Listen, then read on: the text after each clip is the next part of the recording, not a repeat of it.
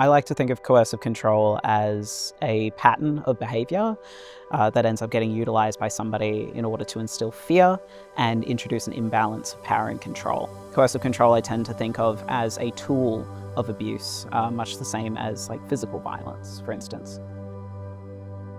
There's obviously a concern that they may end up needing to go to police to get any sorts of assistance, or to apply for payments such as like the Victims Assist Queensland payment.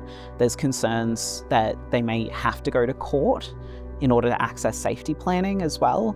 There's those concerns that you would need to disclose so many aspects of yourself and be quite vulnerable with a practitioner, as well as the concern that you're going to be talking to people that aren't part of the community or aren't aware of the community. Those barriers are very understandable for someone who's vulnerable and looking for support. We're here to kind of bridge those gaps and let people know that that's not the case.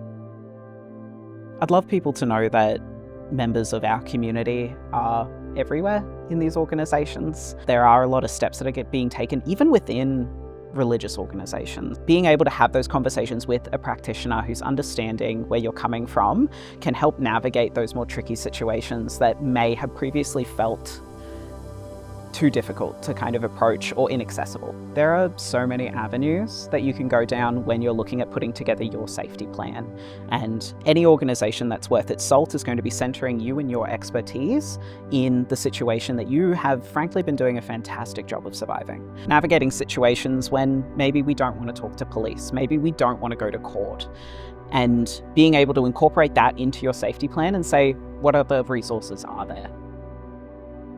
The through line that I've experienced is relief. The fact that someone can just explain who they are, they can talk about aspects of their identity that have impacted them in unique ways when talking about domestic violence, and do that freely without fear of ridicule, without fear of being confronted or challenged about these things.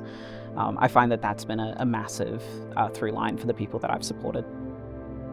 Having the opportunity to elevate the voices of people whose stories otherwise don't get